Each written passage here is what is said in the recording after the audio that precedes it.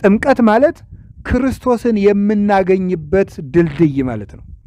ለዚያ ነበር ጌታችን መድኃኒታችን ኢየሱስ ክርስቶስ በዮርዳኖስ የተጠመቀበት ምክንያት። ቀድሞ ኢዮብ ከቁስሉ ታጥቦ የዳነ ዮርዳኖስ ወንዝ ነው። እናንተም ስትጠመቁ ከኃጢአት ቁስል ትድናላችሁ ነው። ወነአምን በሐቲ ጥምቀት ለስርየተ ኃጢአት፣ ኃጢአት በሚሰረይባት በአንዲት ጥምቀት እናምናለን ይላል። ጥምቀት ቁስላችን የሚረግፍበት ነው፣ የምንፈወስበት ነው። የነፍስ ፈውስ እናገኛለን። ስለዚህ ኢዮብ ከተፈወሰበት ወንዝ ላይ ተጠመቀ። ንዕማን የሚባል የሶርያ ንጉሥ መጽሐፈ ነገሥት ካልዕ ላይ እንደተጻፈው ምዕራፍ 6 ላይ ንዕማን የሚባል የሶርያ ንጉሥ ከሶርያ ተነስቶ መጥቶ በኤልሳ ጸሎት ዮርዳኖስ ተጠምቆ ነበር ከደዌ የተፈወሰ። ዛሬም ከደዌያችን የምንፈወሰው በጥምቀት ነው።